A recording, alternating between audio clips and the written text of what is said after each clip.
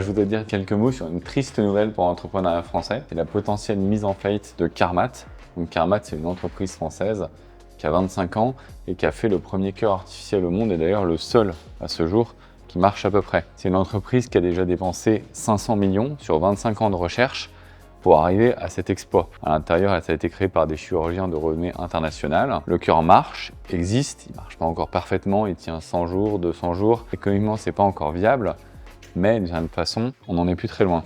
Il leur faut 100 millions pour aller au bout de l'aventure, pour être, je l'ai bien compris, remboursé par la Sécu et commercialement viable et aller au bout d'un cœur parfait. Et moi, je trouve que c'est un peu une honte qu'on mette de l'argent dans l'IA, qu'on mette de l'argent dans des projets où on sera éternellement follower, non leader, et qu'on n'aille pas au bout de nos ambitions sur un projet comme celui-là. Un, qui sauve des vies quand même. Deux, où on peut être réellement leader technologique et faire une première mondiale durable.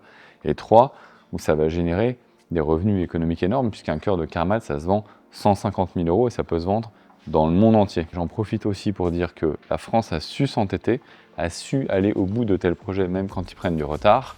Airbus, 30 ans de recherche, énormément d'argent englouti, énormément de retard pour à la fin être leader. Le TGV, c'est pareil, et en ce moment, on ne sait plus le faire. Donc moi, je propose qu'on s'entête entrepreneurialement parlant sur Carmat, comme on a su le faire sur Airbus, sur les centrales nucléaires ou sur le TGV, mais cette fois pour sauver des vies et réussir à faire le premier cœur artificiel au monde.